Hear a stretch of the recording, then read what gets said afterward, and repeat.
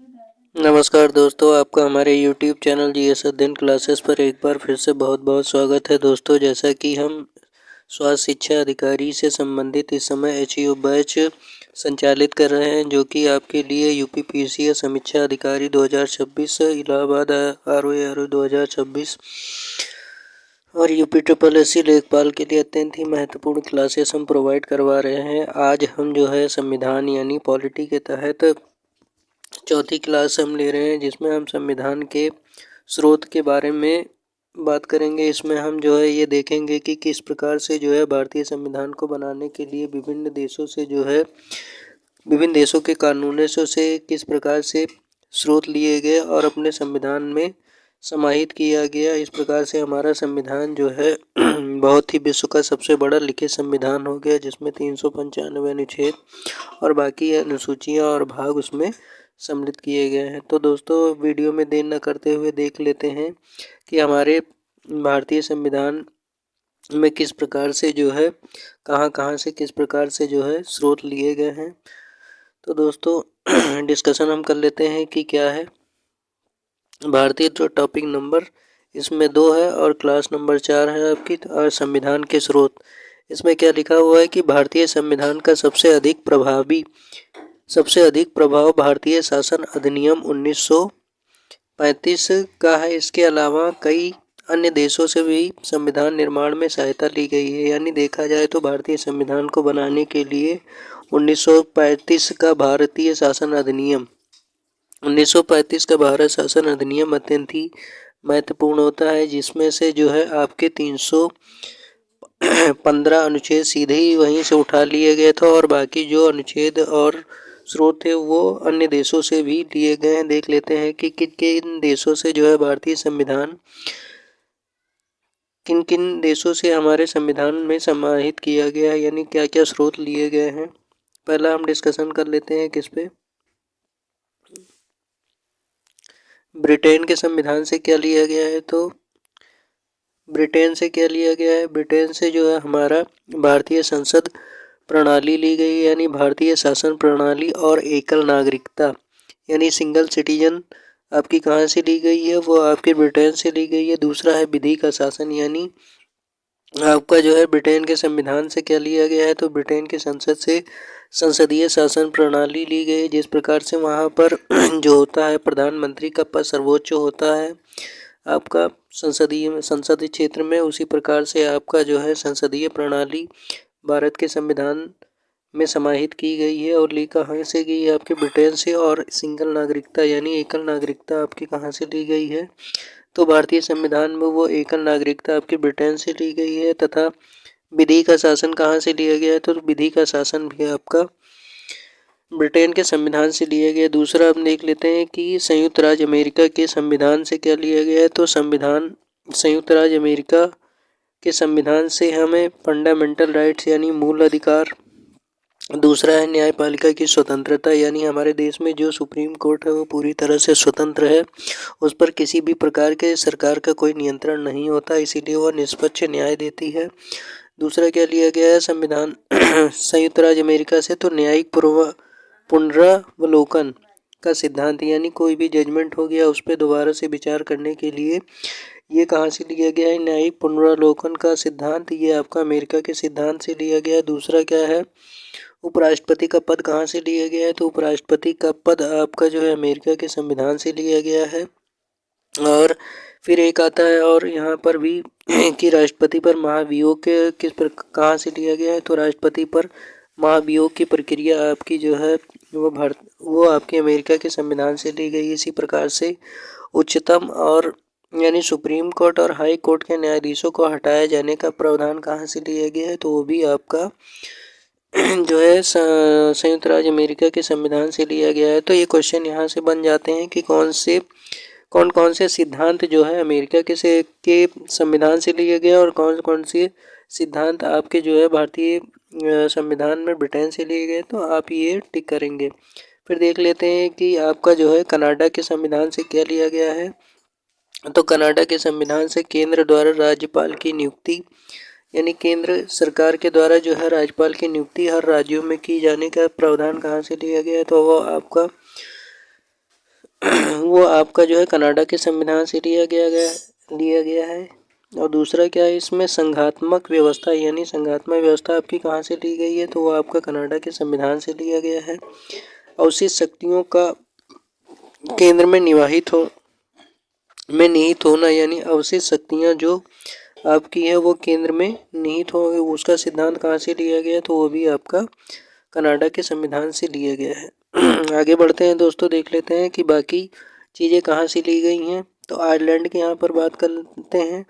तो हमारे संविधान में आयरलैंड से क्या लिया गया है, नीति निर्देशक तत्व यानी आपका निधि निर्देशक सिद्धांत आपका कहाँ से लिया गया, वो आयरलैंड के संविधान से लिया गया। राष्ट्रपति की निर्वाचन पद्धति यानी राष्ट्रपति का चुनाव कैसे होना, उसका सिद्धांत कहाँ से लिया गया, तो आयरलैंड के संविधान से लिया गया है। फिर राष्ट्रपति द्वारा राज्यसभा में मनोनीत सदस्यों यानी मनोनीत जो 12 सांसद आपके होते हैं उनको कहाँ से लिया गया है, तो वो आपका आयरलैंड के संविधान से लिया गया है। फिर देख लेते हैं जर्मनी से क्या लिया गया है। तो जर्मनी से आपका आपातकाल के दौरान मूल अधिकारों का स्थगन आदि यानी आपातकाल अगर इमरजेंसी देश में लगी है तो उसमें मूल अधिकार यानी फंडामेंटल राइट्स होगा उसका जो है पूरी तरह से सस्पेंड कर देना है। कहाँ से लिया गया है, जर्मनी के संविधान से लिया गया है।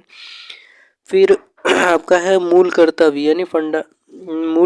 यानी आपका कहाँ से लिया गया, वो सोवियत संघ से लिया गया। सोवियत संघ का यहाँ से मतलब क्या होगा कि जब रूस आपका 1991 से पहले डिवाइड नहीं हुआ था, उससे पहले उसको क्या नाम दिया जाता था, सोवियत संघ नाम दिया जाता है। वहाँ से क्या लिया गया था, तो मूल कर्तव्य आपका लिया गया था। अब यहाँ पर एक क्वेश्चन और आ जाता है कि दक्षिणी अफ्रीका से क्या लिया गया है। तो दक्षिणी अफ्रीका से आपकी संविधान संशोधन की प्रक्रिया आपकी जो है दक्षिणी अफ्रीका के संविधान से ली गई है। और राज्यसभा का निर्वाचन यानी जो राज्यसभा होती है उसका निर्वाचन, राज्यसभा के सदस्यों का निर्वाचन कहाँ से लिया गया है, तो वो आपका जो है दक्षिणी अफ्रीका के संविधान से लिया गया। जापान से क्या लिया गया है, तो जापान से आपका विधि द्वारा स्थापित प्रक्रिया आपकी जो है वो जापान से ली गई है। तो यहाँ से भी जो है यानी किन देशों से क्या क्या भारतीय संविधान में अंगीकृत किया गया यानी अपनाया गया है उसके बारे में डिटेल से बताया गया है। तो इसको आप लोग ज़रूर से अच्छे से पढ़ लीजिएगा। यहाँ से भी क्वेश्चन उत्तर प्रदेश लोक सेवा आयोग अपनी विभिन्न परीक्षाओं में पूछ लेता है। फिर देख लेते हैं दोस्तों कि भारतीय संविधान के भाग कितने हैं, विषय कितने हैं और किन अनुच्छेदों में क्या प्रावधान किया गया है। देर न करते हुए दोस्तों वीडियो में आगे बढ़ते हैं, देख लेते हैं। भाग 1 में क्या है, संघ और उसके क्षेत्र यानी आर्टिकल पूछ लेगा। तो आर्टिकल आपका आएगा 1 से 4 तक। भाग 2 में क्या है, भाग 2 में आपका नागरिकता है, आर्टिकल कितना आएगा 5 से 11 तक आपका होता है। भाग 3 में क्या है आपका मूल अधिकार यानी फंडामेंटल राइट्स, इसमें ये कहाँ से कहाँ तक है, तो ये 12 से लेकर 35 तक जो है भारतीय संविधान में दिया गया है। फिर भाग 4 में क्या प्रावधान किया गया है, राज्य के नीति निर्देशक तत्व जो है वो भाग 4 में बताया गया है। आर्टिकल आपका 36 से 51 है। फिर आपका है एक और आता है कि भाग 4 का यानी ए मूल कर्तव्य आपका कहाँ से लिया गया, मूल कर्तव्य का आर्टिकल कौन सा होगा, तो ये 51 का होगा। फिर आपका आता है भाग 5 में क्या समाहित किया गया, तो भाग 5 में संघ यानी आपका सेंट्रल गवर्नमेंट के जो कानून वो सब आते हैं उनकी किस प्रकार से उनका ढांचा होगा उसके बारे में यहाँ पे डिटेल में चर्चा की गई है। ये कहाँ से कहाँ तक, ये 52 से 151 तक के अनुच्छेद के तहत आपका केंद्र सरकार के बारे में पूरा संघीय ढांचा के बारे में बताया गया है। इसमें अध्याय के अनुसार जो है आपका डिस्ट्रीब्यूट कर दिया गया है, देख लेते हैं उसको भी। अध्याय 1 में क्या है यानी कार्यपालिका, अध्याय 2 में क्या है संसद यानी पार्लियामेंट, अध्याय 3 में क्या है राष्ट्रपति के विधायी अधिकार यानी राष्ट्रपति को क्या क्या अधिकार दिए गए भारतीय संविधान के द्वारा। अध्याय 4 में क्या है न्यायिक संघीय न्यायपालिका यानी आपका सुप्रीम कोर्ट के बारे में बताया गया है और हाई कोर्ट के बारे में। फिर अध्याय 5 में क्या है भारत के नियंत्रक एवं महालेखा परीक्षक यानी कैग CAG के बारे में आपकी बात की गई है। आगे देख लेते हैं क्या क्या बताया गया है आपका। यहाँ पे हम भाग 6 की बात करते हैं। तो भाग 6 में आपका राज्य यानी जो स्टेट गवर्नमेंट होती है उसके बारे में, यानी राज्यपाल कैसा हो, इसको भी विभिन्न प्रकार के अध्यायों के द्वारा, यानी एक प्रकार से आपका जो है जैसे सेंट्रल गवर्नमेंट में सरकार होती है सेम उसी प्रकार से स्टेट गवर्नमेंट की भी सरकार होती है। जैसे वहाँ सरकार काम करती है वैसे सेम सरकार भारत के राज्यों में भी काम करती है। इसको भी जो है अनुच्छेद 152 से 237 के तहत डिवाइड किया गया है, जिसके अंतर्गत अध्याय 1 में सामान्य जानकारी, दूसरे में कार्यपालिका, तीसरे में आपका है राज्य विधानमंडल, फिर है अध्याय 4 में आपका राज्यपाल के विधायी अधिकार, जैसे वहाँ आपका राष्ट्रपति के विधायी अधिकार है, सेम उसी तरह से स्टेट में आपके गवर्नर के भी विधायी अधिकार होते हैं। इसी प्रकार से अध्याय 5 में आपका राज्यों के लिए उच्च न्यायालय यानी हाई कोर्ट की व्यवस्था की गई। उसके बाद में हर जिलों में आपके अधीनस्थ यानी हाई कोर्ट के अंतर्गत आपके कितने प्रकार के न्यायालय होंगे उनके बारे में डिटेल से चर्चा आपकी अध्याय 6 के अंतर्गत की गई है। अब यहाँ पे ये भी देख लेते हैं कि भाग 7 में क्या व्यवस्था की गई है। तो भाग 7 में आपके प्रथम अनुसूची के भाग ख में राज्य निर्सित यानी 238 की व्यवस्था की गई, यानी प्रथम अनुसूची में भाग ख में राज्य निर्सित की व्यवस्था किसके अंतर्गत की गई है, वो 238 के तहत की गई है। वहीं पर आपका भाग 8 में किसकी व्यवस्था की गई है, तो भाग 8 में आपका संघ राज्य क्षेत्र, यानी जो आपके संघ राज्य क्षेत्र का मतलब क्या होता है, यूनियन टेरिटरीज, यानी आपका केंद्र शासित प्रदेशों के बारे में बात की गई, जहां पर आपका केंद्र सरकार का शासन चलता है। और इन भारत में कितने इस समय आपके केंद्र शासित प्रदेश हैं, तो आपके इस समय भारत में केंद्र शासित प्रदेशों की संख्या 8 है। ठीक है, तो ये आप देख लीजिए उनकी व्यवस्था किसमें की गई है, तो उसमें व्यवस्था यानी भाग 8 में संघ राज्य क्षेत्र यानी केंद्र शासित प्रदेशों की बात की गई है। फिर भाग 9 में किसकी बात की गई है, भाग 9 में आपकी पंचायतें यानी ग्राम पंचायतें जो होती हैं उसकी व्यवस्था की गई। उसके लिए अनुच्छेद ये पूछ लेता है, इम्पोर्टेंट है, अक्सर ये एग्जाम में देखने को मिलता है, अनुच्छेदों के बारे में पूछ लेता है, तो आप अनुच्छेद जरूर से जरूर याद कर लीजिएगा। अनुच्छेद आपका होगा 243 से 243 अड़ा तक, यानी 243 से लेके 243 अड़ा तक। उसके बाद में आपका है भाग 9 का कब जोड़ा गया, ये शायद आपका 1992 या 93 में जोड़ा गया था। इसके तहत आपका भाग 9 का जोड़ा गया, जिसके अंतर्गत आपका नगर पालिकाएं यानी नगर निगम की व्यवस्था की गई।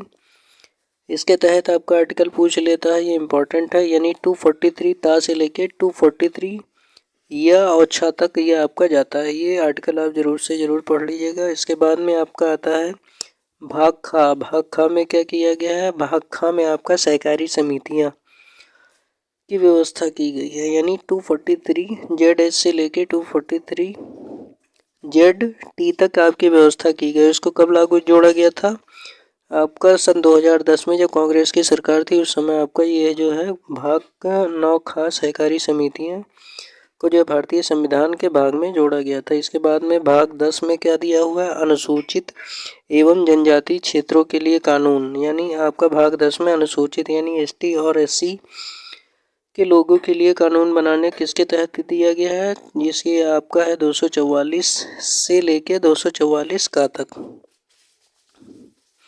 आगे देख लेते हैं आपका क्या है इसमें। फिर आपका आता है भाग 11 की बात करेंगे, तो इसमें संघ और राज्यों के बीच संबंध, यानी केंद्र और स्टेट गवर्नमेंट के बीच में क्या संबंध होने चाहिए उसकी व्यवस्था किसके अंतर्गत की गई है। उसकी व्यवस्था आपका आर्टिकल 245 से लेके 263 आर्टिकल के बीच में की गई। इसको यानी इसको जो है आपका 2 अध्याय के अंतर्गत दिया गया। पहला क्या है, विधायी संबंध, यानी किस प्रकार से आपका जो है विधियों बनाने के लिए जो है कानून बनाया जाएगा उसकी व्यवस्था, कि इस प्रकार से इसका प्रशासनिक संबंध एक दूसरे से इंटरलिंक होगा उसकी व्यवस्था भाग 2 में की गई है। इसी प्रकार से भाग 12 में देख लेते हैं क्या है। तो भाग 12 में आपका वित्त यानी फाइनेंस, दूसरा है संपत्ति यानी एसेट, फिर है संविदाएं और वाद, यानी आपका क्या भाग 12 में फाइनेंस, संपत्ति, संविदाएं और वाद यानी कोई भी चीज होगा तो इसमें किसकी व्यवस्था की गई है। आपका भाग 12 में वित्त यानी फाइनेंस, संपत्ति, यहाँ से भी क्वेश्चन बन जाते हैं। ये आपका आएगा 246 से लेके 300 का तक। फिर उसके बाद में ये भी अध्याय के तौर पे इसमें दे दिया गया, यानी 4 अध्याय में इसको डिवाइड कर दिया गया। पहला है फाइनेंस यानी वित्त, दूसरा है आपका उधार, तीसरे अध्याय में क्या किया गया है, संपत्ति, संविदाएं, अधिकार, देयताएं, बाधाएं, और बाद में डिस्ट्रीब्यूट कर दिया गया है। चौथे अध्याय में आपका क्या किया गया है, चौथे अध्याय में आपका संपत्ति का अधिकार ये आपका बना दिया गया है। ठीक है, संपत्ति का अधिकार पहले क्या था, ये आपका मूल अधिकार में काउंट किया जाता था, लेकिन बाद में इसको संशोधन के द्वारा इसको जो है पूरी तरह से ख़त्म करके इसको जो है क्या किया गया, आपका अध्याय 4 में समाहित कर दिया गया आपका, यानी 300 का ए के तहत। फिर भाग 13 में क्या दिया गया है, भाग 13 के अंतर्गत आपका भारत के राज्य क्षेत्र के भीतर व्यापार, यानी भारत में आप रह रहे हो तो उन राज्यों में कहीं भी आप जो है भीतर किसी भी प्रदेश में रह के आप जो है किसी राज्य में रह के आप व्यापार कर सकते हो। वाणिज्य और जो है समागम, यानी कहीं भी आप रह सकते हो, हर चीज़ अपना बिजनेस कर सकते हो, कोई रोक टोक नहीं होगी। यानी इसके ये भाग 13 के अंतर्गत किया गया। आर्टिकल कितना आएगा, आर्टिकल जो है आपका 301 से लेके 307 तक प्रावधान किया गया है। उसी प्रकार से भाग 14 में क्या दिया गया है, भाग 14 में आपका संघ और राज्यों के अधीन सेवाएं, यानी जो आपकी यूपीएससी लोक सेवा आयोग की सेवाएं होती हैं, और उसके बाद में जो राज्य लोक सेवा आयोग की सेवाएं होती हैं उसकी व्यवस्था किसके अंतर्गत की गई, उसकी व्यवस्था आपकी भाग 14 के अंतर्गत की गई, यानी यूपीएससी और पीएससी की व्यवस्था आपकी भाग 14 के अंतर्गत की गई है कि हर राज्यों के, यानी एक केंद्र से लोक सेवा आयोग होगा और हर राज्यों का अपना राज्य लोक सेवा आयोग की व्यवस्था आपकी अध्याय यानी भाग 4 में भाग 14 में की गई है। आर्टिकल आप देख लीजिएगा तो आर्टिकल आपका आएगा 308 से लेके 323 तक। फिर आगे बढ़ते हैं, देख लेते हैं क्या है। फिर आपका भाग 14 का में क्या किया गया, अधिकरण की व्यवस्था की गई है। भाग 15 में आपका क्या, यह इम्पोर्टेंट है, यानी निर्वाचन, यानी कोई पूछ ले कि निर्वाचन आयोग की व्यवस्था किसके अंतर्गत की गई है, तो आप लिखेंगे निर्वाचन की व्यवस्था आपकी भाग 15 के अंतर्गत की गई। आर्टिकल याद कर लेना इम्पोर्टेंट है, 324 से लेके 329 का तक। फिर भाग 16 में किसकी व्यवस्था की गई है, भाग 16 में कुछ वर्गों के संबंध में विशेष उपबंध यानी स्पेशल स्टेटस का दर्जा आपका दिया गया है। फिर भाग 16 में क्या, भाग 17 में आपका राजभाषा यानी हिंदी की बात की गई है। यहाँ से भी क्वेश्चन पूछ लेता है कभी कदार जो है, तो इसको जरूर पढ़ लीजिएगा। यानी राजभाषा की व्यवस्था आपकी भाग 17 में की गई, आर्टिकल पूछ लेता है, पढ़ लीजिएगा।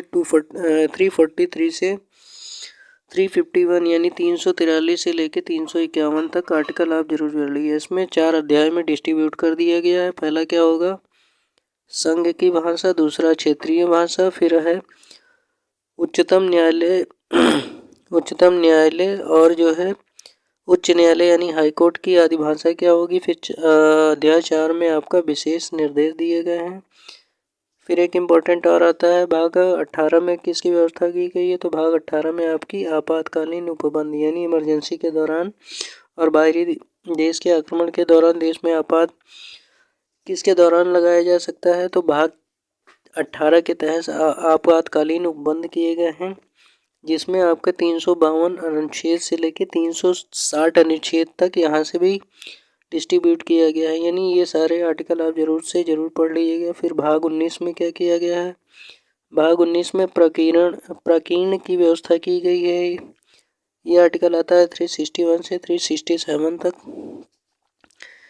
फिर एक और इम्पोर्टेंट आता है कि आपका भाग 20 में क्या किया गया है, तो संविधान का संशोधन। ये 368 ये अक्सर एग्जाम में यहाँ से भी पूछ लेता है कि किस अनुच्छेद के तहत भारत में संविधान में संशोधन की व्यवस्था की गई। तो आर्टिकल याद कर लेना, 368 के तहत भारतीय संविधान में संशोधन की प्रक्रिया अपनाई गई है और भाग 20 के अंतर्गत आती है। फिर भाग 21 में क्या किया गया है, भाग 21 जो है आपका अस्थायी, संक्रमणकालीन और विशेष उपबंध किए गए हैं, यानी स्पेशल स्टेटस का दर्जा आपका राज्यों के लिए दिया गया है। किसके अंतर्गत, भाग 21 के अंतर्गत। आर्टिकल आप देख लीजिएगा।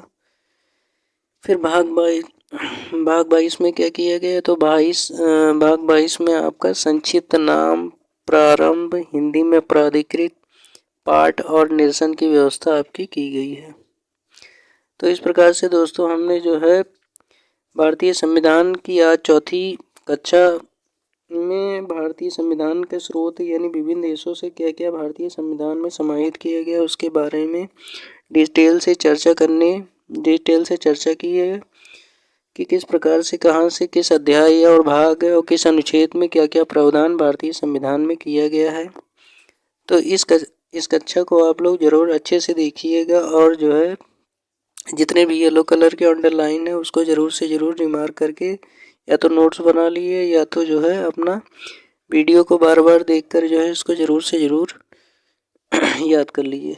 तो दोस्तों इस प्रकार से हमारी ये चौथी कक्षा समाप्त होती है। तो आपको अगर हमारी ये कक्षाएँ पसंद आ रही हैं दोस्तों, जो कि बिल्कुल निःशुल्क है, तो आप हमारे चैनल जीएस अध्ययन क्लासेस को ज़रूर से ज़रूर सब्सक्राइब करिए, लाइक करिए और अपने दोस्तों तक शेयर करिए। धन्यवाद दोस्तों।